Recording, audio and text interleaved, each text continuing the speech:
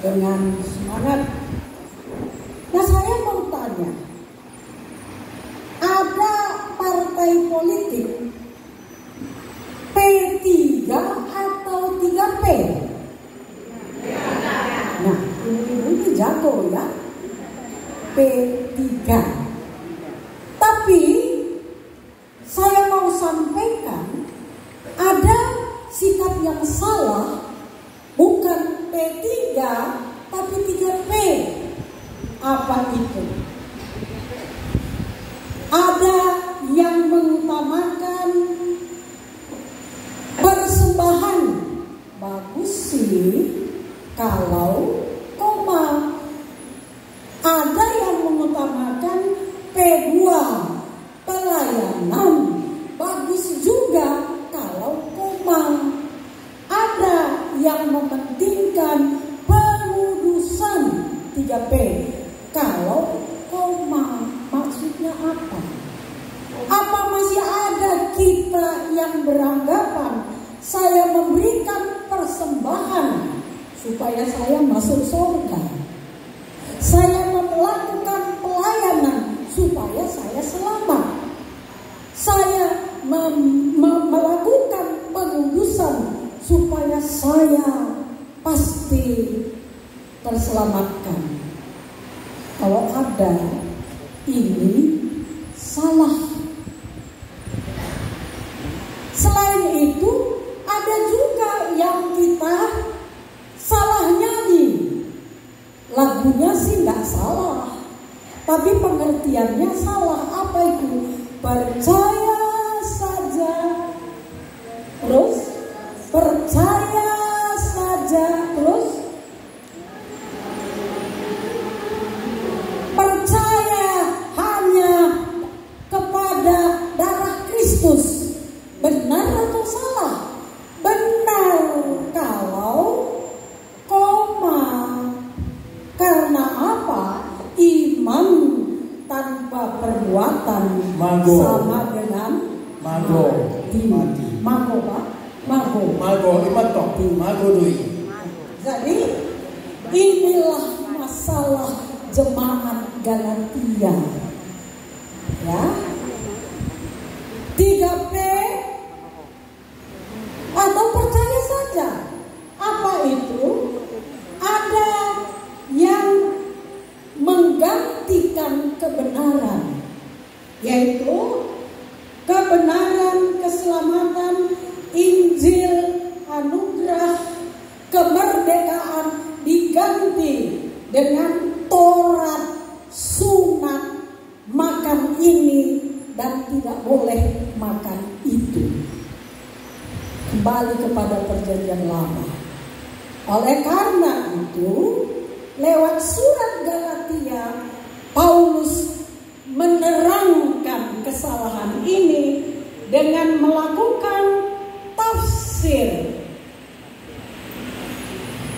di dalam Galatia ini, ya, Galatia 5:21 tentang Taurat, Galatia 5:22 tentang Abraham, Ishak, Ismail, Sarah, dan Hagar. Lalu Galatia 23 sampai 24 tafsir kias. Nah, barangkali baru pertama kali dengar ya. Jadi kita baca dulu Galatia. Bisa nggak tolong bantu saya? Baca dulu Galatia 4 ayat 21 sampai ayat 31. Tolong kita perhatikan. Hagar dan Sarah, katakanlah kepadaku, hai kamu yang mau hidup di bawah hukum Taurat, tidakkah kamu mendengarkan hukum Taurat? Bukankah ada tertulis bahwa Abraham mempunyai 2 orang anak, seorang dari perempuan yang menjadi hamba dan seorang dari perempuan yang merdeka? Namun anak dari perempuan yang menjadi hambanya itu dilahirkan seperti biasanya, Sedangkan anak dari perempuan yang merdeka itu dilahirkan karena janji. Ini adalah suatu kiasan, sebab kedua perempuan itu adalah dua ketentuan Allah. Yang satu berasal dari Gunung Sinai dan melahirkan anak-anak perhambaan, itulah Hagar. Hagar ialah Gunung Sinai di tanah Arab.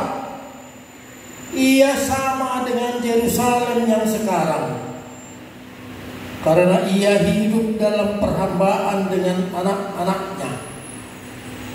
Namun Yerusalem surgawi adalah perempuan yang merdeka, dan dialah ibu kita. Sebab ada tertulis, bersukacitalah hai si mandul yang tidak pernah melahirkan. Bergembiralah dan bersorak-sorailah hai engkau yang tidak pernah menderita sakit bersalin. Sebab yang ditinggalkan sendirian akan mempunyai lebih banyak anak daripada yang bersuami.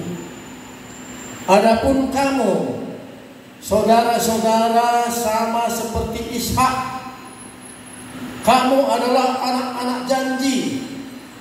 Namun sebagaimana dahulu dia yang dilahirkan seperti biasanya batuk ya, sorry ya. Dengarkan, menganiaya yang dilahirkan menurut roh, demikian juga sekarang ini. Namun apa yang dikatakan kitab suci, usirlah hamba perempuan itu beserta anaknya, sebab anak hamba perempuan itu tidak akan menjadi ahli waris bersama anak perempuan merdeka itu.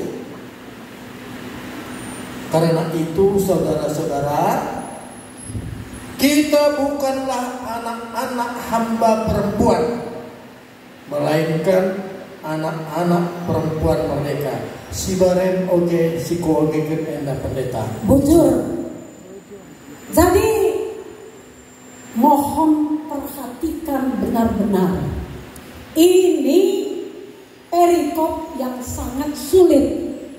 Saya katakan tadi, Paulus memakai tafsir kias dari cerita kejadian dibawa ke jemaat Galatia untuk menghadapi pengajar-pengajar sesat. Untuk itu, pertama, mari kita belajar dulu mengenai Hagar dan Sarah.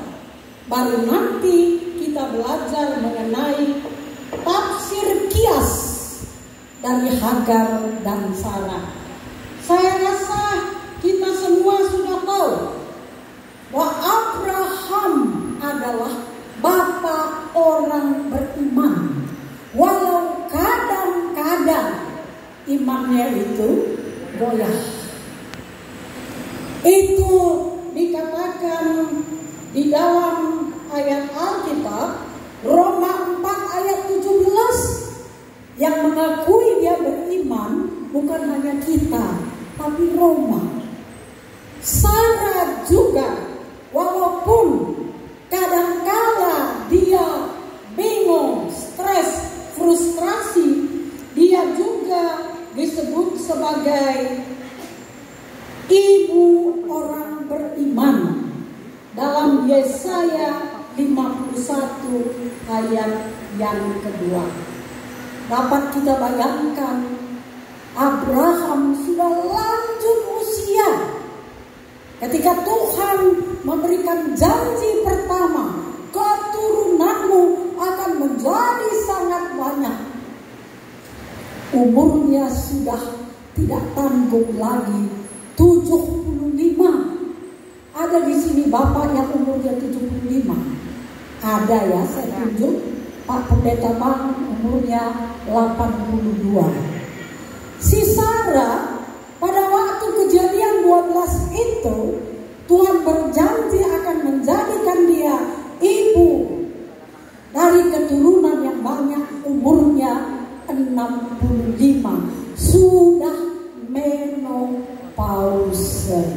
Biasanya kita perempuan menopause umur berapa? Antara 50 ke 60. Dia sudah 65. Makanya dalam Kejadian 11 dikatakan Sarah ini mandul. Tidak ada lagi keluar sel telur yang kalau dibuahi sel pembuah laki-laki dia tidak haid. Tapi karena nggak ada lagi, tak haid lagi dia. Masuk akal nggak bisa dia punya anak? Bagaimana perasaannya kalau kita sebagai ibu tidak bisa punya anak? Apa yang terjadi? Stres, goyang imannya. Coba macam-macam cara, bayi tabung pun tidak bisa lagi. Begitulah si Sarah ini. Tetapi apa dikatakan dalam Alkitab? Ada janji. Pertama dalam Kejadian 12, kemudian 10 tahun kemudian ada lagi janji yang kedua dalam Kejadian 15. Belum juga jadi kenyataan, gak sabar lagi si Sarah.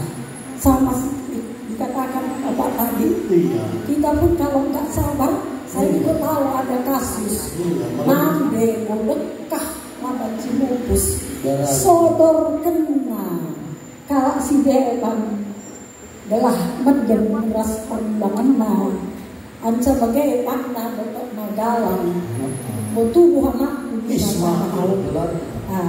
maka tubuh anaknya arah Hagar eda skala budak ya, tetapi masih muda, masih cantik ya.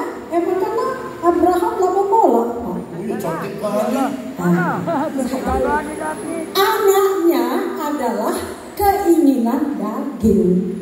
Bukan hanya keinginan daging Sarah karena pengen punya anak, juga bahkan barangkali terutama keinginan Abram, bahkan keinginan siapa? Hagar, karena dia pengen meningkat statusnya dari budak menjadi istri. Lahirlah anaknya namanya Ismail. Tapi ketika Abraham sudah umurnya 99 tahun. Ya, siapa di sini umurnya 99 tahun? Ada. Bapak gak ada. Nande ada? Gak ada. Tapi si Sarah itu umurnya sudah 90 tahun. Ada di sini Nande umurnya 90 tahun. Nande di rumah ya, masih hidup. Puji Tuhan. Tapi ada anaknya sebelumnya. Ya kan, bukan kamu sendiri. Ini anaknya 11. Luar biasa. Sarah perempuan merdeka. Sarah bukan budak. Sarah hamil bukan karena keinginan daging, tapi karena janji Allah. Karena janji Allah. Karena anugerah mujizat Allah, maka anaknya bernama siapa? Ishak. Anak merdeka, keturunan orang merdeka. Ya, tetapi apa yang terjadi? Ismail, Hagar ini ketika tahu dia hamil, timbul kesombongannya. Ya, dilecehkannya, nyonya, tuannya. Marah si Sarah. Jadi, apa ini? Hagar katanya sama Abram. Abram sebenarnya sayang sama Hagar. Tapi sungkan dia, terserah kau lah katanya. Ditindasnya si Hagar. Lari Hagar. Tapi rupanya Tuhan juga berbelas kasihan kepada orang yang tidak seiman dengan bangsa Israel. Datang dia menghibur. Pulanglah katanya. Pulanglah. Balik dia ke rumah. temuinya. Tapi sesudah Sarah berumur 90 tahun, lahir anaknya namanya Ishak. Ngejek si Sarah ini. Kenapa? Ketika umurnya 89, datang malaikat Tuhan bilang, istrimu tahun depan akan mengandung dan lahir anaknya. Ketawa si Abraham, masa umurku 99 bisa lagi aku kepingin bersama istriku, pikirnya. Datang pula si Sarah, aku aja udah gak haid lagi, 90 umurku, macam mana bisa? Tertawa dia, tertawa menghina dia. Nah, itulah dia, walaupun beriman ternyata kurang juga imannya. Tapi tahun depan seperti yang dikatakan malaikat, lahir anaknya si Ishak. Ketika anaknya umur 2 tahun, sapi dia. Tahukah apa artinya sapi? Lepas susu. Kalau kita lepas susu umur berapa ya? Umur berapa? 2 tahun. Itu kan si Sarah. Kalau zaman sekarang kita nyusui sampai umur berapa? Masa sampai tumbuh giginya? Kalau zaman dulu sampai tumbuh giginya sampai 2 tahun masih nyusu. Di atas 2 tahun baru berhenti. Cemburu si Ismail, dia ejeknya anak ini, diganggunya, diolok-oloknya, jengkel si Sarah, apa katanya? Pelaus Narawe. Lalu iya ahli waris, anakku ahli waris. Abraham jengkel sebenarnya.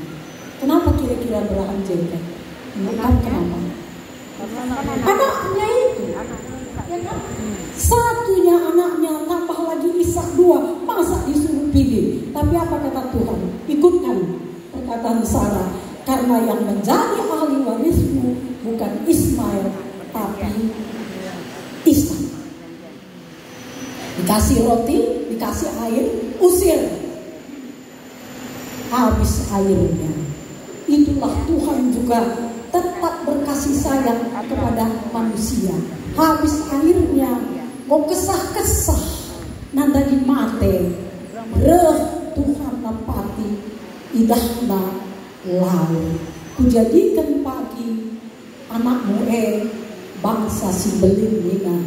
Maka ia tadi di padang gurun, dibuat nandahara anak nakalah Mesir. Bagian ceritana